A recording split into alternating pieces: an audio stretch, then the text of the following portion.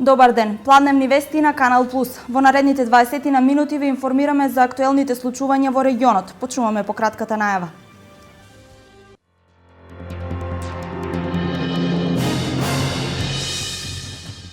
До крајот на неделата треба да заврши асфалтирањето на регионалниот пат меѓу селата Жиганци и Пишица. Новиот пат решава големи проблеми на жителите во овие села.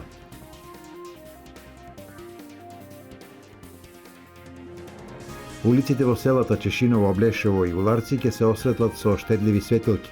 Средствата за замена на светилките се од програмата за зачувување на природата.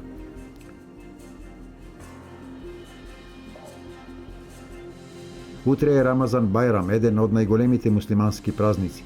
Градоначалникот на Штип Илчо Захариев упати честитка до муслиманските верници.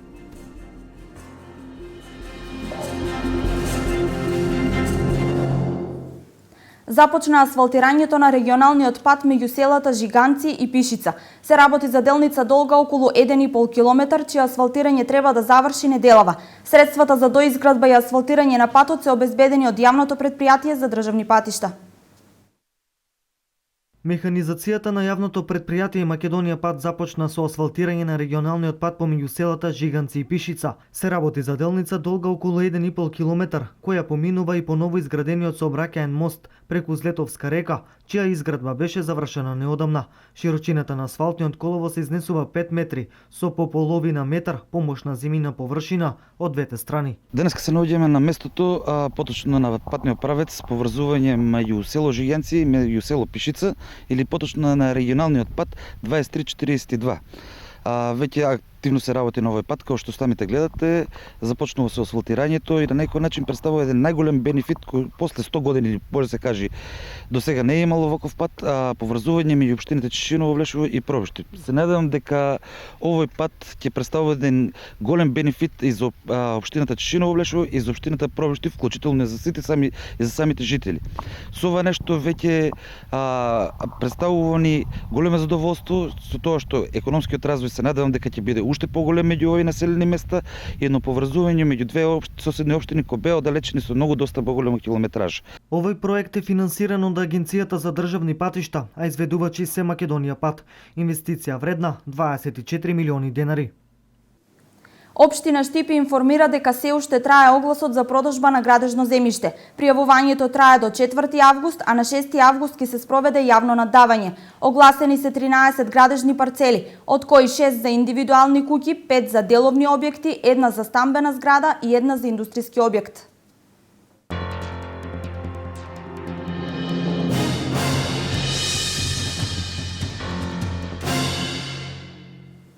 Со средства од странски фондации, општина Чешиново, Облешево ќе добие економично јавно осветлување. Ова е дел од програмата за зачувување на природата која ја финансира Швајцарската агенција за развој и соработка, која ќе овозможи замена на конвенционалните со LED светилки на улиците во Чешиново, Облешево и Уларци.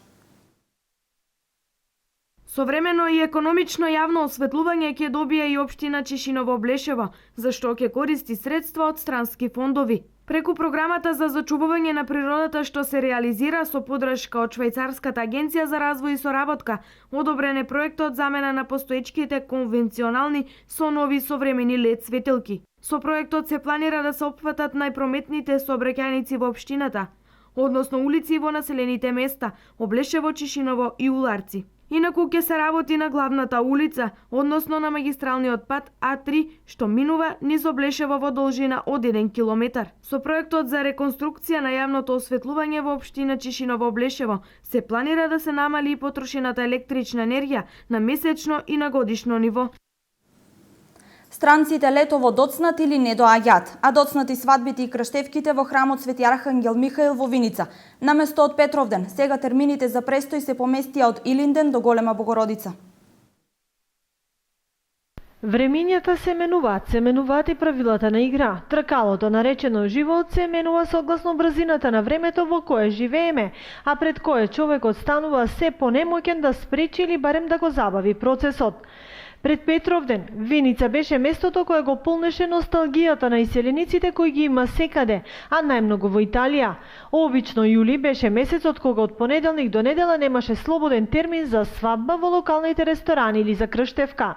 Меѓутоа, Сега најверојатно датумот го поместија странците и со свадбите и со крштевките ќе се стартува од крајот на јули и почетокот на август, па се до Богородица. Бројките на храмот Свети Архангел Михаил потврдија летово, ако лани во овие два свадбарски месеци имаше од 25 до 30 венчавки, сега од 25 јули до 28 август се закажани 19 свадби, а само 9 крштевки, додека минатото лето биле крстени 37 дечиња. Крштевките дефинитивно се намалуваат, бидејќи овој чин се повеќе се практикува и во православните цркви на Запад. Колку за илустрација, само во Словенија од почетокот на годината се крстени 40 деца од македонскиот исток, а во Италија и многу повеќе. Бројките воопшто не се изненадување, свесни за процентот на иселување од истокот, меѓутоа симптоматичен е се послабиот интерес на нашите иселеници да навраќаат во родните места, а уште помалку да градат, како што беше пред 3 до 4 години. Но затоа пак со разводите се постигнуваат рекордни бројки како никогаш досега. Од 45 разводи на ниво на општина, дури 30 се нашенци кои живеат претежно во Италија. Утре е Рамазан Бајрам, еден од најголемите муслимански празници. Градоначалникот на Штип Илчо Захариев упати честитка до муслиманските верници. Мултирелигиското општество во кое ние живееме се одликува со почитувањето на различностите и заедничките цели и вредности кои ги споделуваме како граѓани на една иста општина, на една заедничка држава. Срдечно ви порачувам во духот на заедништвото да продолжиме со реформите на овој град, со напорите за обезбедување на економски развој и унапредување на стандардот на граѓаните, услови за развој на културата, образованието и останатите општествени дејности. Стои во честитката на градоначалникот Захариев до муслиманските верници.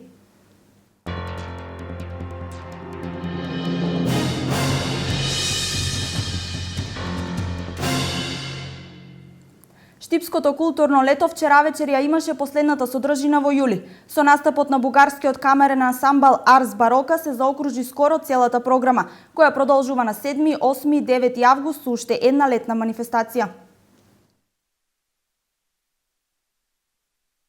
Со исполнување на повеќе композиции, бугарскиот музички ансамбл Арс Бароко накратко ги врати Штипјани во 17 и дел од 18 век, во времето на ренесансата на барокот, кога преку музиката сликовито се опишувале чувствата кон убавината. Ние сме музиканти които се занимаваме с... Ние сме музичари кои се занимаваат со уметничките дела на барокната музика од 17 век, конкретно на Бах, Вивалди, Веричини и слично, и се обидуваме на пошироката јавност да им покажеме дела кои не се многу познати, но се од големо значење.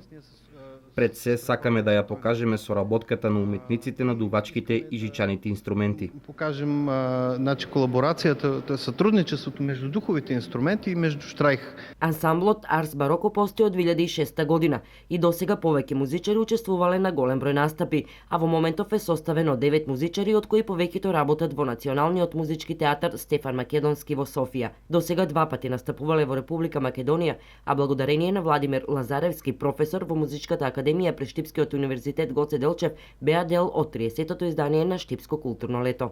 Ова е нивна втора турнеја во Република Македонија. Тие пред 2 години овој ансамбл настапуваше во Битола, во Скопје, но не успеавме тогаш во Штип и сега благодарение на Штипско културно лето и на господинот Кирил Панејотов успеавме оваа година да ги донесеме во Штип и да имаме настап. Вечерва да свирам како дел од ансамблот и заедно со Калин како солист на 2 концерти од Албинони и од Верачини. Исполнувањето на барокната музика за градоначалникот примариус магистер Илчо Захариев беше исклучителен настап на врвни музичари, кои според него заслужуваа побројна публика. Како осврт на сите настани во изминатиот период, Захариев истакна дека е задоволен од реализирањето на програмата и настапите на сите уметници кои ги видовме во текот на изминатиот месец. Мојот апел е до Штипјани кога има такви настани да доаѓаат масовно и да уживаат во тоа што им се пружа. Жал ми е што не присуствува оној стручниот дел, музичката фела. Ние имаме средно музичко училиште, факултет за музичка уметност. Сите сакаат да бидат гледани, а кога има таков настан некако присуствата е нешто слаба. Така да мојот апел е да луѓето доаѓаат, едноставно да уживаат во таквите настани и верувам дека и оваа година ќе биде запаметено Штипското културно лето по убавите настани и убавите настапи. Мислам дека системот кој е воспоставен за овие 30 години дава резултати.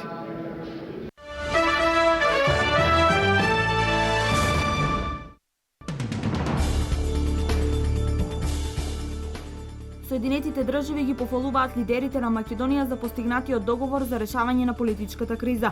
Ова го изјави портпаролот на Стейт Департментот Џон Кирби на редовната пресконференција во Вашингтон. Тој додаде дека договорот представува компромис меѓу сите партии и им служи на интересите на граѓаните на Македонија. Иран се согласи санкциите врз извозот на нафта од земјата да бидат укинати. Освен тоа, ембаргото на Обединетите нации врз испораките на оружје за Иран ќе остане во сила за период од 5 години, а забраната за испорака на ракети и технологија останува во сила за период од 8 години. Техеран се согласи да не се збогатува со ураниум повеќе од 3,67% во текот на 15 години. Францускиот председател Франсуа Оланд изјави дека оваа недела биле спречени терористички напади во земјата и дека за тоа детално ќе биде известен министерот за внатрешни работи Бернар Казнев. Министерот Казнев соопшти дека биле уапсени 4 лица кои ги планирале овие напади.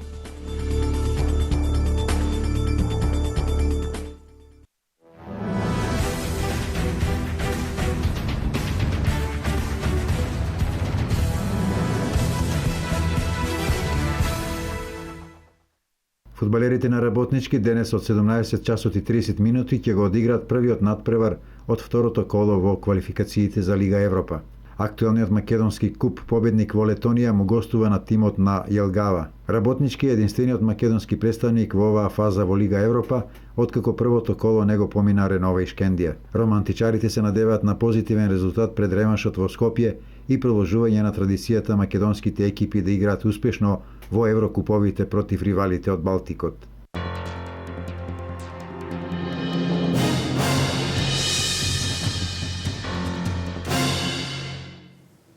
Овде е крајот на вестите на Канал Плюс. За денешните случувања повеќе во дневникот во 16:30 и на веб порталот kanalplus.mk. Пријатен ден!